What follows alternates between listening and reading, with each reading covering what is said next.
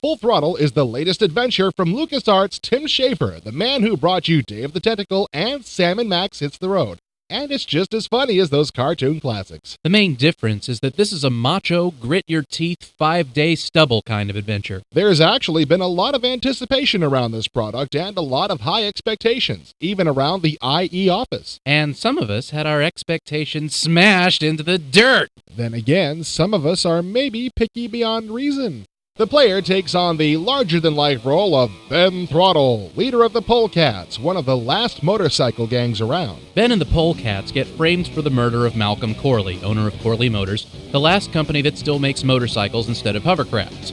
Malcolm was actually killed by Adrian Ripburger, Malcolm's second in command. So Ben not only has to clear his name, but he also has to help Corley's daughter take her rightful place at the head of Corley Motors. If he doesn't, Ripburger will stop all motorcycle production and make hovercraft minivans. Now that's mean.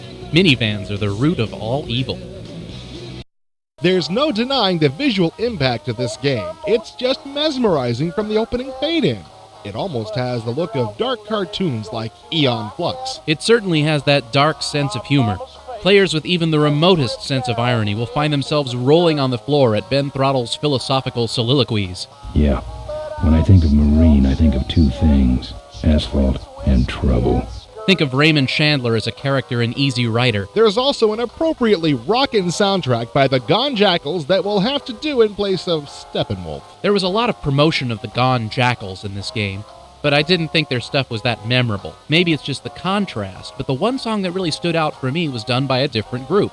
It was a little country number by Chitlins Whiskey and Skirt. Thank the Lord each day for the apocalypse. Funny stuff. Speaking of funny stuff, there's just no faulting the casting on this game.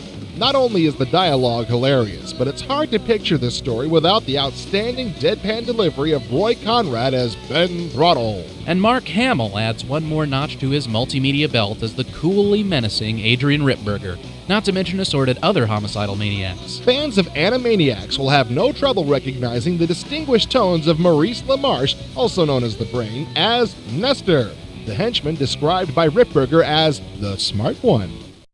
Most of the game works under the SCUMM engine that LucasArts fans know so well. The interesting thing is that there are several action sequences that use the Rebel Assault engine for motorcycle combat. Interesting? Is that what you thought it was? It was torment. It was pain. There was all this great storyline and voice and animation, and I was really getting caught up in it all. Then we hit the highway. Suddenly the story has to come to a complete stop, and it won't go anywhere until I solve the so-called action puzzles. And they're no walk in the park, let me tell you. Of course not, you fool. It's on motorcycles. I'll ignore that. You have to hit the right bad guys with the right weapon at the right time in order to get the next weapon and wipe out the next guy. But it's not in sequence like that. You encounter the bad guys in an almost random pattern, which means a lot of falling. I swear it took 5 hours for me to solve this part. Well, I'll admit I didn't like the highway battles as much as the rest of the game, but it was still kind of fun. Violent and a little gruesome, but fun anyway. At least the interface was cool, huh? Just click the left mouse button and you get this happy fellow. Then you pick your action from the tattoo. How could anybody not like the flaming tattoo interface? The right click brings up an even bigger skull with your inventory inside. But like most of these LucasArts adventures, the number of things you can make any contact with is really limited. And you'll definitely have to play that enchanting game of Hunt the Pixel in order to win. Why can't people just leave all the available items out in clear view? There's so much action in this game that LucasArts decided to break their adventure mold and actually make it possible near the end for the main character to die. Outrageous. What a discouraging thing. Of course, since you actually need to finish the game, you come back to life right before you made your fatal mistake. If they're going to have the character die, it should mean something. I can't believe they just take it back like that. But overall, this game is quite a rush and an exciting piece of work.